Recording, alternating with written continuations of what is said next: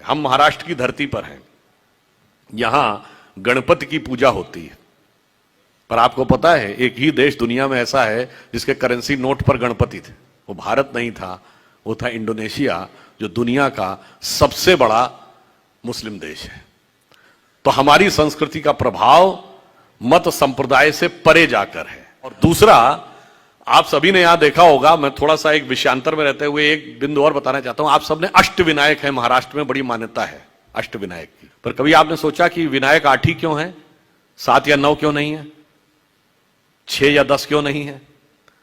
हमारे यहां कोई भी चीज बगैर कारण के नहीं है, बगैर तर्क के नहीं है। अच्छा, कभी आपने सोचा कि भगवान गणेश का शरीर मनुष्य का है और सर हाथी का क्यों है? और उनका सर काटा क्यों गया? सर हाथी का क्यों है, सवारी चूहे की क्यों है? दोनों में बहुत विरोधाभास नजर आता है ना। और उसके बाद यदि हाथी का सर है तो उनको एक दंत क्यों कहा गया? हाथी के तो 2 दांत होते हैं, तो फिर एक ही दांत क्यों है?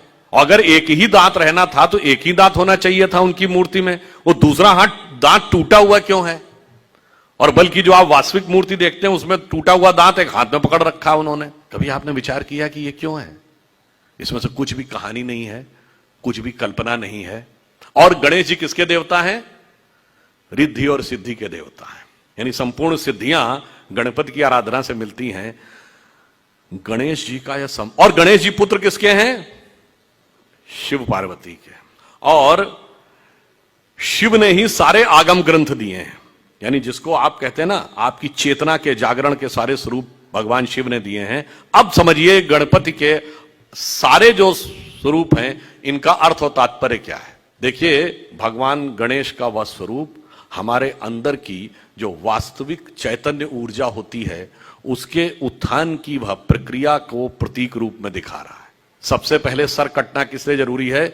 वह आप अंदर की यात्रा करके अपनी कुंडलनी शक्ति को तब जागृत कर सकते हैं जब पहले आप अपने अहंकार को नष्ट करने में सफल होते हैं। तो आपका सर कटने का स्वरूप प्रतीक ये है। दूसरा, हाथी का ही सर क्यों है? क्योंकि हाथी की जो सूंड है, और आपने देखा होगा हमेशा गणपति की सूंड इस दिशा में यूं है, कभी ऐसे नहीं है। क्यों? वह उस शक्ति का प्रतीक है जो अपवर्ड्स है। यानी जागृत शक्ति, आपके शरीर की कुंडलनी की शक्ति जब वो ऊर्ध्व की तरफ होती है, उसका प्रतीक है। और हाथी इसलिए है कि हाथी के मस्तक में गज मुक्ता कहा जाता है। माना जाता है कि हाथी के यहां मस्तक में एक मुक्ता है, तो वो ब्रह्मरंध्र का प्रतीक है। और जब वो मुड़ी हुई सूंड ऊपर है, और चूहे की सवारी क्यों है?